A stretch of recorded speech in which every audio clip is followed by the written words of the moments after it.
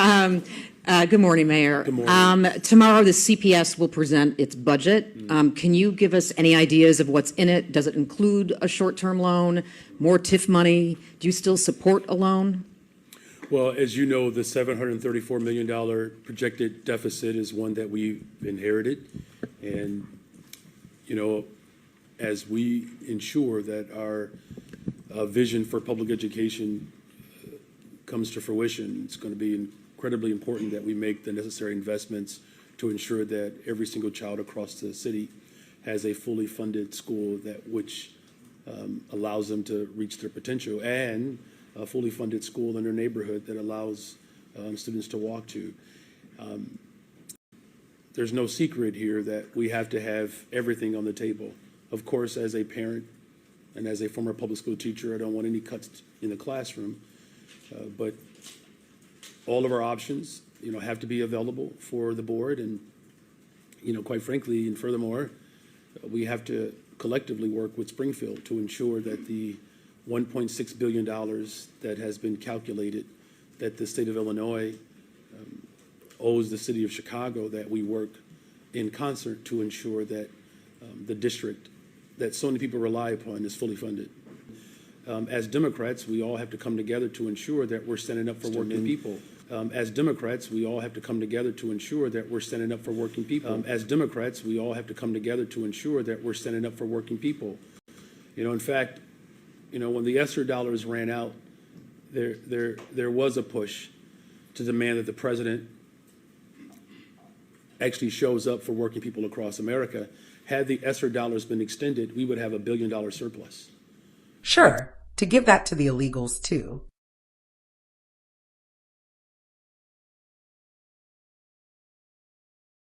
That when parents, like myself, expect smaller class sizes, parents like myself who are excited about the expansion of sustainable community schools, parents like myself who are thrilled by the idea of LGBTQ plus students being protected, Black history being protected, sports and after-school programs being fully funded. That's what hits my ear the loudest. Now, the threat that's coming from the federal government is vicious, and the animus and disdain towards working people is quite severe, and that's why it's not just about what happens in this year's budget, right? We're gonna do everything in our power to ensure that this budget reflects our values. The cuts that are happening to the day-to-day experiences of working people in this city, and that revenue, if you will, is being pushed into the hands of the ultra-rich. That is what I am hearing louder in this moment, and that's ultimately what we're going to respond to. Now, look, our options are on the table, and we have to ensure that for the long-term sustainability of our school district, that we're all committed in the state of Illinois to ensure that we are fully funded. Good morning, Mayor. Good morning. Please tell me you're going to change the subject. Okay. Well, I was going to, but maybe I don't want to anymore. You're good. Go for it. Whatever. Sarah, what was that monologue about? Could we discuss what was happening yesterday? The president has powers to take over the Metro Police Force in D.C. Does not have that power here, but could, under the Insurrection Act, send in the National Guard into the city of Chicago. The president was, he called you an incompetent man yesterday. He said the same thing about the governor. Talk about your feelings on what the president had to say about crime rates in D.C., in Chicago, how that doesn't necessarily jive with the numbers that we're getting from the police forces from both cities, and your thoughts on the president using the Insurrection Act as a catalyst to bring in the National Guard into the streets of Chicago. Well, it's clear that the President of the United States of America is very much interested in insurrections. He led one. And I remember a time in which we had presidents who declared war on poverty.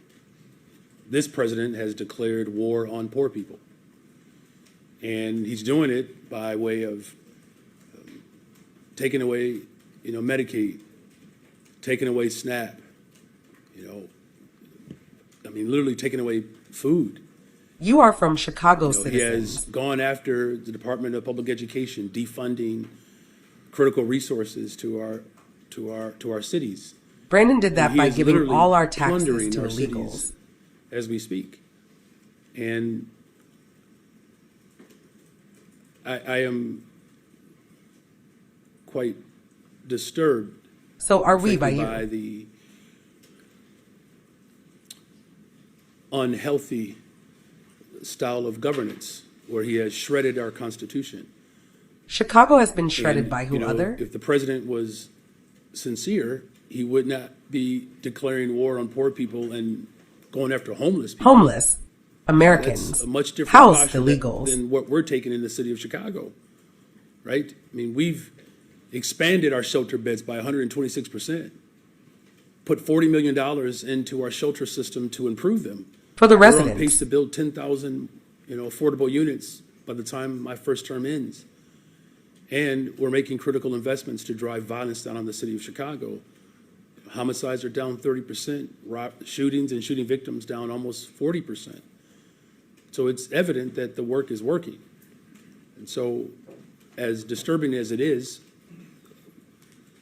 we can't not lose sight on what we are facing.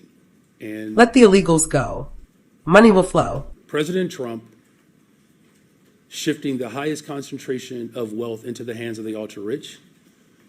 It's why here in Chicago, we're moving to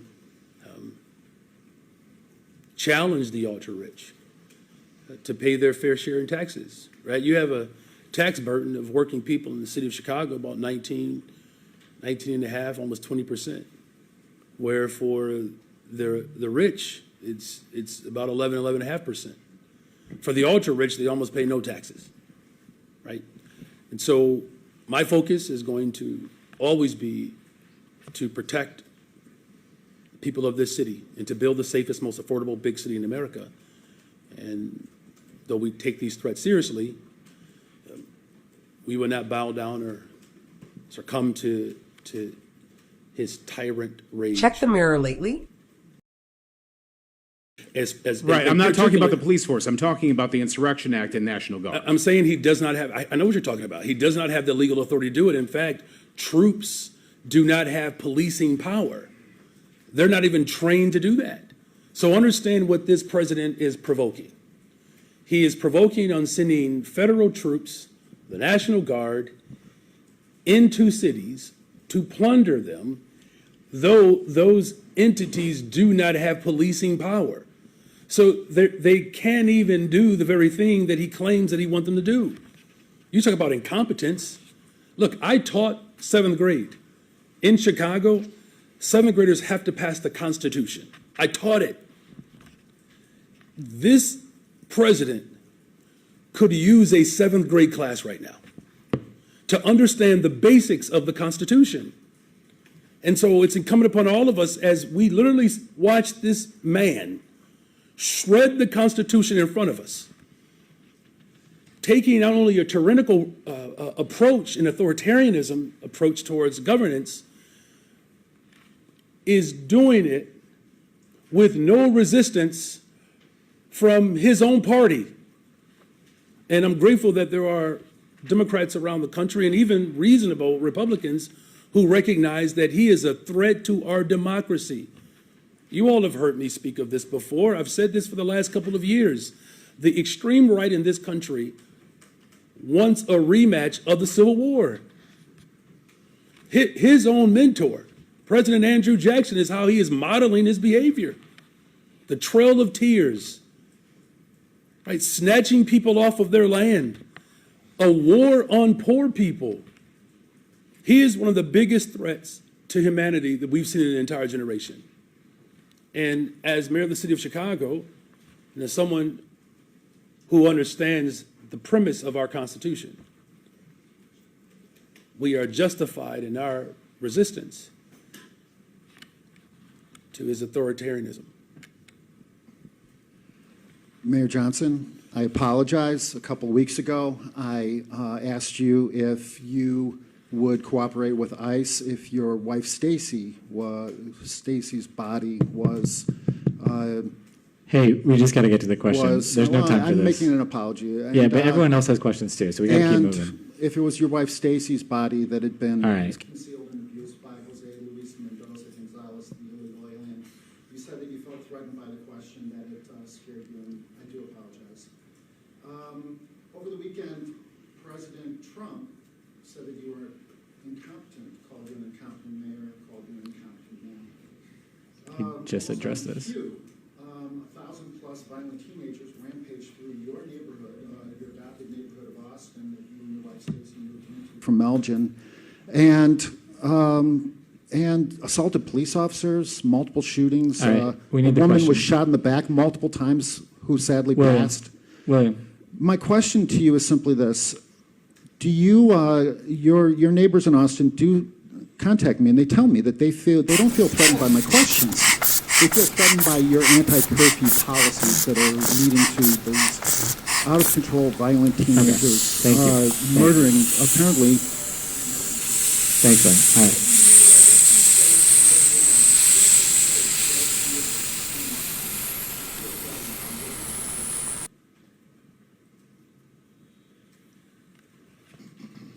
Thank you for staying awake during our presentation. I know you have worked hard to get the necessary help that's needed. And whatever condition in which that you are dealing with, I'm glad that you are getting some help. So that means a lot to me. Is that honestly your answer to your neighbors who have been, a neighbor of yours was shot in the back multiple Yeah, and so we are addressing community safety. That's my top priority, and we will continue to do that. Do Thank you have you. a follow-up?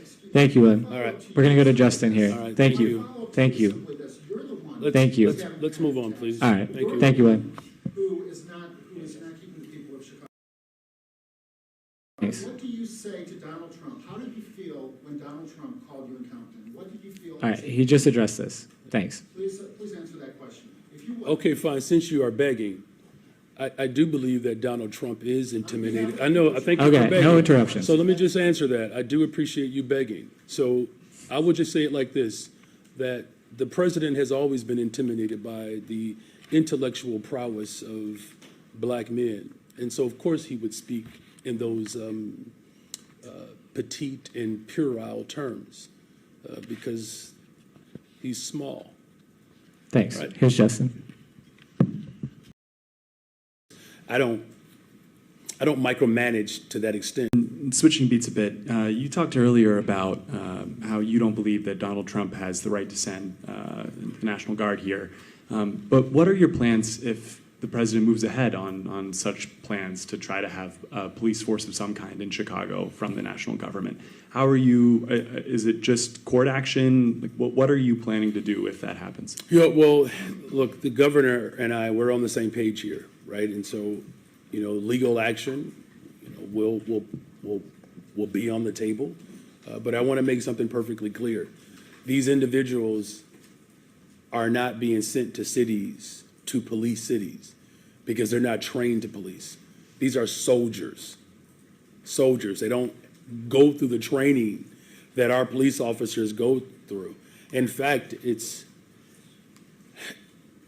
is quite hypocritical on the part of the president to even suggest such a move, and it is destabilizing for the city of Washington, D.C. Look, crime is down in Chicago. Crime is down. There is more work for us to do, but he wasn't adamant about ensuring that the $830 million of funding that he took away from community violence prevention and intervention. These are individuals that are on the front line in these particular communities, preventing crime. Not according to your officers who I interviewed and said they can only show up after the crime was committed. Crime, preventing retaliation from taking place, building relationships. I know these individuals. I sit with them. We spend time with them. Deputy Mayor Gatewood. We're on constant calls with these individuals that are literally on the front line to keep our community safe. And, this president's approach is I wish it were just a joke. He's one. But it's antithetical to what we're actually working to accomplish here. And you're seeing the results all over the country. 30% reduction in homicides just this year alone in the city of Chicago. 40% reduction in shootings and shooting victims. Like, these are individuals who are to give to the ultra rich. And you removed the spot shotter. That are preventing violence from taking place. He's exacerbating the problem here. Again, like running amok around this country, shredding our Constitution. He's dangerous. Why don't Brandon know the 14th Amendment? We have seen this before. And inch by inch, he continues to see what he will get away with.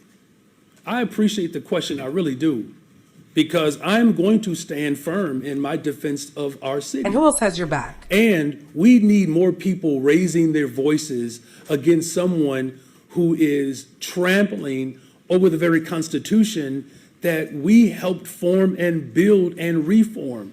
Which Brandon obviously don't know very well. I know my history. We don't get to Chicago just simply because we were just walking around aimlessly. We're talking about my mother-in-law. We built this country. We fought for a country that didn't see us as a full human being. This man is beyond like the tyranny that we see around the world. Because the tyranny that we're seeing around the world, in many instances, their Constitution permits it. Our Constitution was built and designed to provide checks and balance. There are certainly no checks to this president right now, except for the cities that are fighting to uphold our humanity and our democracy. And there's certainly no balance to him. I've never seen a president more off than Donald Trump. Just off the rockers. So this is not just about Mayor Brandon Johnson in this moment. This is about one nation that he is working overtime to divide and conquer. He said it. Take him at his word. As off as he is, take him at his word.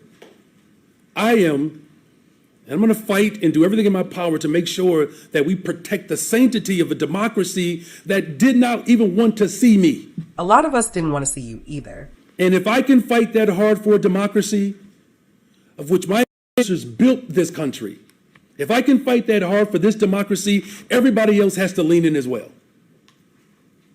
Hi, Mayor. Hi. I have a follow-up to that, actually, and then my own question. Have you looked into what power, if any, local police officers have to deny federal agents entry to public spaces in Chicago when they do not have a warrant? And is that something you would consider? Well, in terms of federal agents that are ICE agents, there's the Welcoming City Ordinance protects against that. Without a warrant, a criminal warrant, they really do not have that authority, right? Now, here's the thing. I just spent time with, our federal agents who are working hard in coordination to drive violence down in the city of Chicago. Just last week, you may have seen the announcement where we recovered, how many guns did we recover? It's around 140. Over 140 guns. And let me just tell you, it's sickening. But none of this is due to the residents in the welcoming city, as you call it, Brandon, right? The type of weaponry that's moving through the streets of Chicago. I mean, we're talking about, high-powered rifles, machine guns, illegally, coming from a couple of places, Indiana. Yeah, moving on.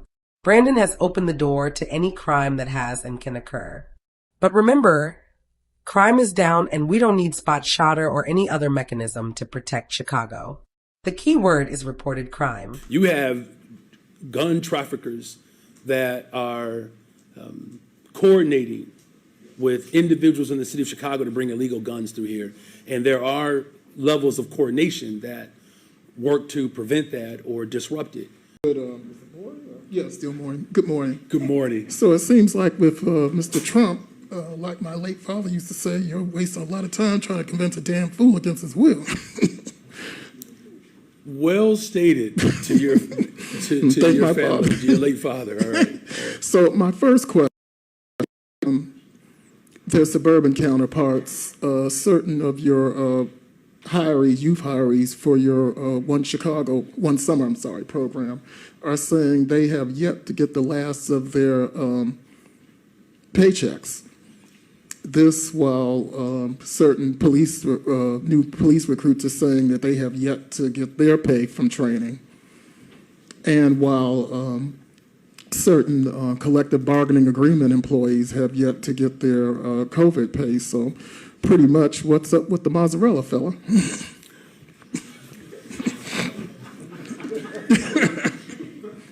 You're the only person who can get me to break character.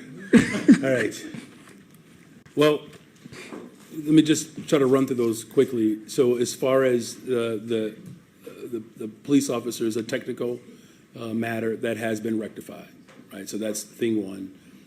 As far as COVID pay and the agreement around, you're referring to an agreement with our 911 dispatchers. We have, reached an agreement there, and so that will be settled, just like what we did with local to our fire department. So their back pay will be taken care of as well. As far as youth employment, I'll have to look into that one. My understanding is, everything closed out well, but I will verify to make sure that if there's a particular organization that you are aware of, if you can leave that information with the gentleman that's standing over to your right, we can get a response to that. Okay. This next question deals with Walter Burnett, and there is so much messiness attached to it. I'm just going to try to bundle it as much as I can and let you untangle it. So it's come to our attention that apparently your office put out a letter to HUD asking that he be put back on the table as far as CHA CEO after a meeting with 2 weeks ago where allegedly, and I say allegedly because I wasn't there, you all agreed that he would be taken off the table, one, because of this, 1 year rule, and two, because there was so much pushback that the Trump administration and HUD did not want any parts of.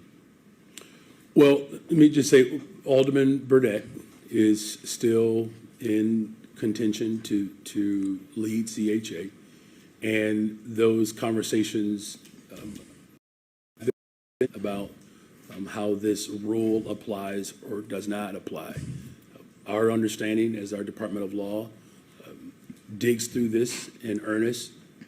Our understanding thus far indicates that he is qualified and not out of contention to be able to, if the board agrees, to lead the CHA. But it is, you're right, there's a very complex entanglement there, but as our Department of Law unpacks it and works with HUD, our initial indication is that as convoluted as this element is, it does not preclude him if the board, CHA board, agrees. Question on behalf of Prosperity. Wait a minute, this is very important.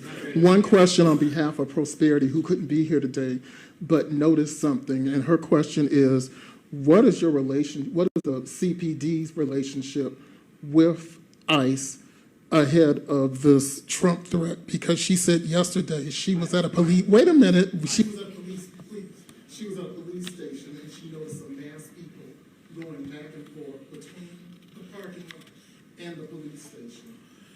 So again, we collaborate with federal agents on a number of issues, particularly around guns being trafficked through our city, which is quite severe, human trafficking. But there is no coordination with federal ICE agents and the Chicago Police Department.